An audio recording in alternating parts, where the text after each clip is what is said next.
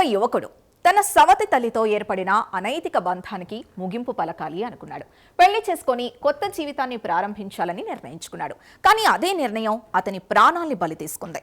కుటుంబ సభ్యులకు తెలిసిపోవడంతో బయటపడిన ఆ రహస్యం చివరకు సుపారీ గ్యాంగ్ వరకు చేరింది.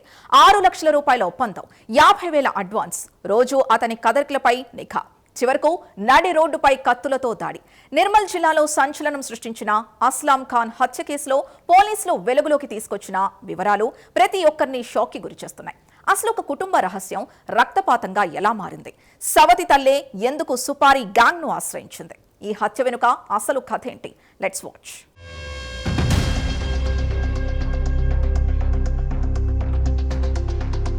నిర్మల్ పట్టణానికి చెందిన 28 ఏళ్ల అస్లాం ఖాన్ ఆటో డ్రైవర్గా జీవనం సాగిస్తున్నాడు. దాదాపు 17 ఏళ్ల క్రితం అతని తండ్రి అన్వారీ బేగంను రెండో వివాహం చేసుకున్నాడు. కొంతకాలం తర్వాత అల్లాం ఖాన్, అన్వారీ బేగం మధ్య కుటుంబ బంధాలకు విరుద్ధంగా అనైతిక సంబంధం ఏర్పడింది. కొంతకాలం ఈ విషయం బయటకు రాకుండా కొనసాగినా అస్లాం మాత్రం ఆ బంధానికి ముగింపు పలికి పెళ్లి చేసుకుని కొత్త జీవితం ప్రారంభించాలని నిర్ణయించుకున్నాడు.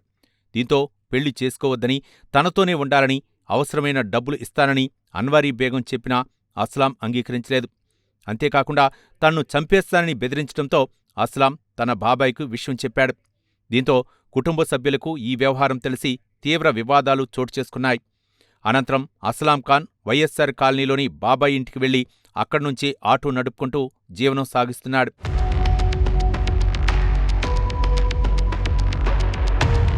తన రహస్యం బయటపడిందనే ఆగ్రహం, అస్లాం మరో అమ్మాయిని పెళ్లి చేసుకుని దూరమైపోతాడనే కక్ష అన్వారీ బేగను హత్య కుట్ర దిశగా నడిపించినట్లు పోలీసులు చెబుతున్నారు. మహారాష్ట్రకు చెందిన ముకీద్ అనే వ్యక్తితో 6 లక్షలకు సుపారీ మాట్లాడి 50,000 రూపాయలు అడ్వాన్స్ ఇచ్చినట్లు దర్యాప్తులో తేలింది. తన సొంత తమ్ముడు షేక్ మహమ్మద్ను కూడా ఈ కుట్రలో భాగం చేసింది.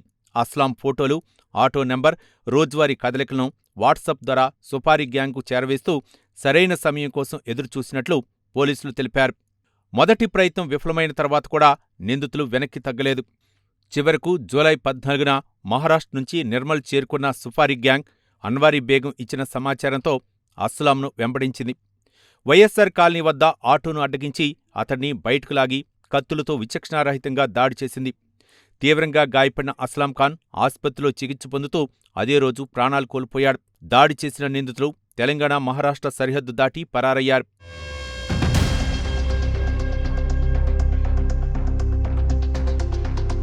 ఈ దారుణ హత్యపై పోలీస్ ప్రత్యేక బృందాలు రంగంలోకి దిగాయి. సంఘటనా స్థలంలోనే ఆధారాలు, CCTV footage, call data, WhatsApp చాట్లు, నిందితుల కదలికలను విశ్లేషిస్తూ దర్యాప్తును వేగవంతం చేశాయి.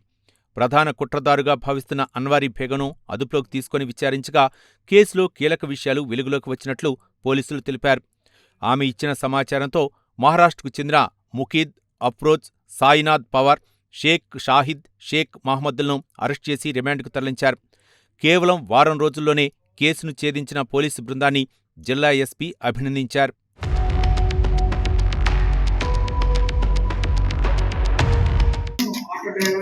నలుగురు స్కార్పియోలో వచ్చి, వైట్ స్కార్పియోలో వచ్చి ఎర్లీ మార్నింగ్ 8 o'clockకి ఆపి ఆటోని అడ్డగించి దాన్ని అందులోంచి బయటకు లాగి కత్తులతో పొడిచి చంపడం జరిగింది. అప్పుడు మనకి ఏ రకమైన సీసీ ఫుటేజ్ అనేది దొరకలేదు.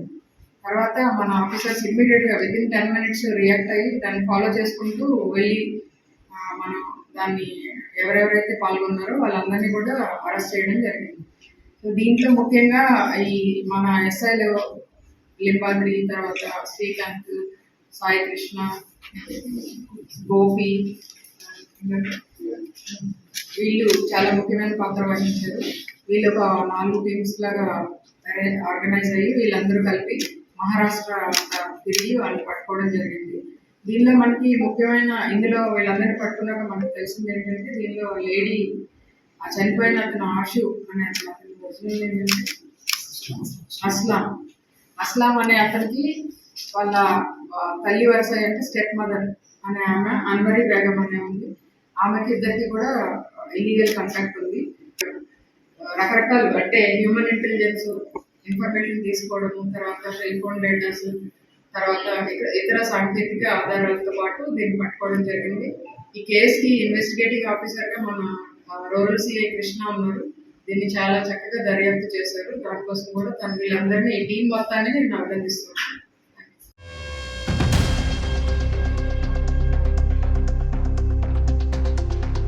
ఒక తప్పు నిర్ణయం, ఒక అనైతిక బంధం, ఒక కక్ష చివరకు ఒక యువకుడి ప్రాణాల్ని బలి తీసుకున్నాయి. కుటుంబ బంధాలు నమ్మకంపై నిలబడాలి. స్వార్థం, ప్రతీకారం అనైతిక సంబంధాలపై కాదు. సమస్యలు వచ్చినప్పుడు చట్టబద్ధమైన మార్గాన్ని ఎంచుకోవాలి తప్ప హింసను కాదు. ఎందుకంటే క్షణికావేశంలో తీసుకున్న నిర్ణయం ఒక జీవితాన్ని కాదు, ఎన్నో కుటుంబాల భవిష్యత్తును కూడా శాశ్వతంగా చీకట్లోకి నెట్టేస్తుంది.